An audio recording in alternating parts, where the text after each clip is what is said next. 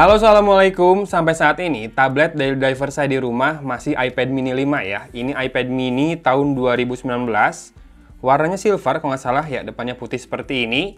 Dan tahun lalu, kita sudah coba bandingkan dengan iPad 7 ya, atau iPad 7, atau iPad 10,2 inci 7 Generation tahun 2019. Nah, sekarang, bentar, saya keluarin dulu barangnya. Kita akan coba unbox sebuah iPad baru, inilah iPad 8 atau iPad 10.2 8th Generation tahun 2020 yang sekarang dijual di level harga 5,6 jutaan ya. Kamu bisa cari di toko HP murah juga. Ini kenapa saya sering dapatkan dari toko HP murah, karena memang punya toko di Bandung ya, jadi tinggal Gojek. Dulu beli MacBook juga di sana, kemudian sempat beli Honor dulu ya, Honor View 10, View 10T di sana. Dulu beli Sony juga sering di sana. Sekarang produknya udah banyak yang resmi ya. Kalau Sony kan dulu nggak resmi. Sekarang banyak produknya yang sudah resmi, bergaransi resmi Indonesia. Dan untuk iPad ini, saya cari masih yang termurah di sini ya. Oke. Oh iya, ini dapat hadiah juga dari toko HP murah. Kalau beli iPad ini adalah holder robot mereknya ya. Buat smartphone bisa, buat tablet juga bisa. Kalau buat ditaruh di meja, jadinya bisa jadi stand gitu ya. Itu dia bonusnya, dan ini iPad 8 atau iPad 10.2 8th Generation 2020. Logo Apple di atas, dan di sisi belakang kita bisa lihat ini WiFi only ya, yang 5,6 jutaan dengan storage 32 GB. Ini RAM-nya 3 GB, tapi RAM di iOS device jangan sandingkan dengan RAM di Android punya ya. Beda manajemennya, jadi mungkin cara dia manage biar aplikasi tetap berjalan smooth beda. Dan bukan buat di mending-mendingin ya, mending Android, mending iOS, mending iPad, mending tablet Android. Karena beda-beda masing-masing. Pilihan masing-masing kita hargai, yang penting kita sekarang unbox aja dulu barangnya. Ini di dalamnya ada iPad-nya, kemudian USB-C to Lightning cable, and USB-C power adapter. Tenang, yang ini masih dapat charger, oke, dapat casan ya. Terus kalau beli, tahu warnanya dari mana dong? Dari depan ini mungkin ya. Beda antara silver, gold, sama space gray. Kita langsung buka aja si plastiknya. Nah, spec-wise, ini sangat mirip dengan iPad 7 atau iPad tahun 2019 kemarin yang 10,2 inci juga. Kameranya sama, kemudian dimensinya juga sama, walaupun ini lebih berat beberapa gram, nggak nyampe 10 gram, beda beratnya. Kemudian resolusi layarnya sama, dimensinya sama, RAM-nya juga sama, yang beda di prosesornya ya. Kalau iPad 7 masih menggunakan Apple A10 Fusion ya, Apple A10 Fusion si prosesornya dengan GPU Power VR, orang Sunda ngomongnya Power VR. Kalau ini sudah Apple Bionic A12 dengan GPU-nya Apple ya, sudah hexacore, sudah lebih dari quad core-nya Apple A10 Fusion. Kalau ini Apple A12 Bionic itu sudah 6 core, kalau yang dulu kan masih 4 core. Harusnya performanya memang lebih tinggi. Karena kurang lebih berarti sama prosesornya dengan iPad mini 5 ya. Bentar, saya kalau unbox barang Apple, yang pertama dicari adalah stikernya. Bukan chargernya, bukan. Stiker yang penting ya. Kemudian, apa ini? Ini adalah penjelasan tentang konektor-konektornya. Di sini kamu bisa lihat ada pin magnetik ya. Di belakangnya ada 3. Nanti kita lihat seperti apa. Yang jelas ini sudah support Apple Pencil generation pertama, first generation, generasi pertama, jangan campur-campur.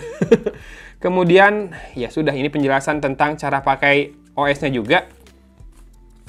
Lalu ini adalah apa ini?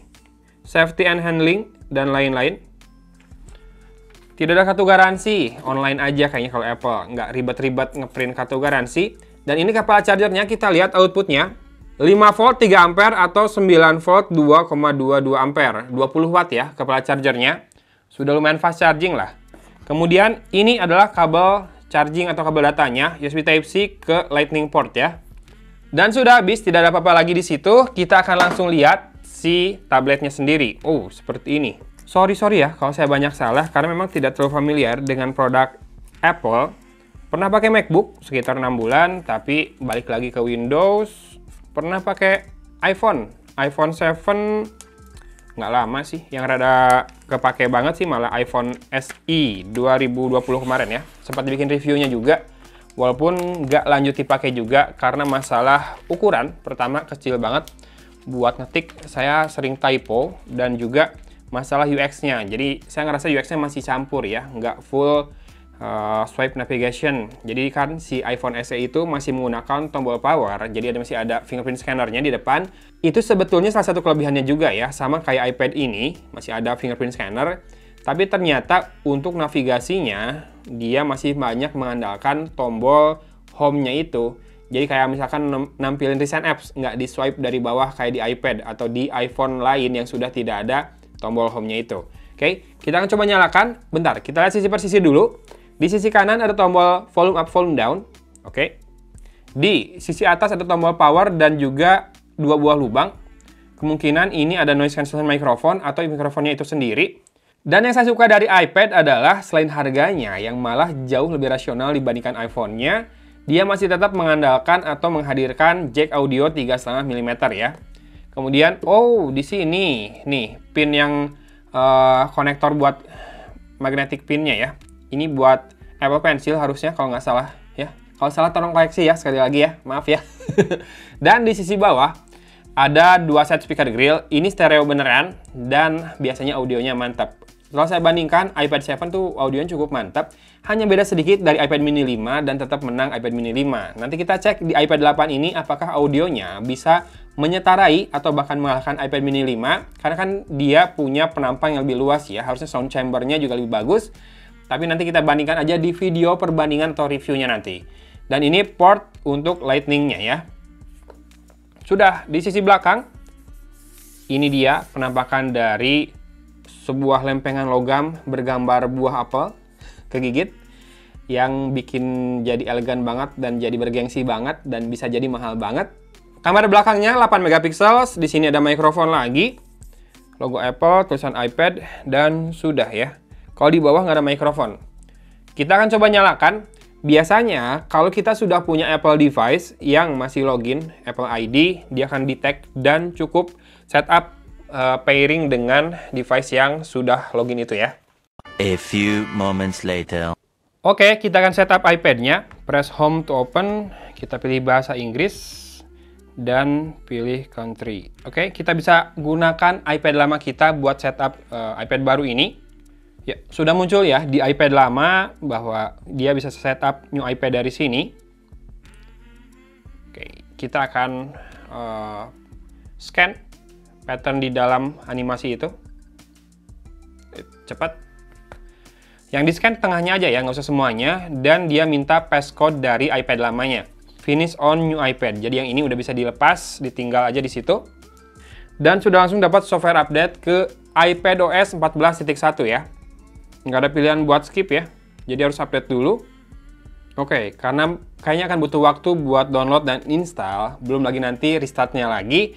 Kita akhiri aja dulu video unboxingnya di sini. Jangan lupa subscribe dan nyalakan lonceng notifikasinya biar nggak ketinggalan video nanti comparisonnya antara iPad 8 atau iPad 10.2 2020 8th generation ya, dengan iPad mini 2019 atau iPad mini 5 5th generation 2019 yang 7,9 inci. Ini 10,2 inci dan ini 7,9 inci. Kira-kira mana yang akan cocok buat saya atau yang cocok buat kamu, teman-teman yang nonton? Kita akan tunggu aja di videonya nanti. Gitu aja video unboxingnya. Semoga teman-teman sudah bisa lihat penampakan iPad terbaru. Dan kalau tertarik buat beli, link pembeliannya seperti biasa akan ada di deskripsi video ini ya. Dari Kota Cimahi, Agun pamit undur diri. Wassalamualaikum warahmatullahi wabarakatuh.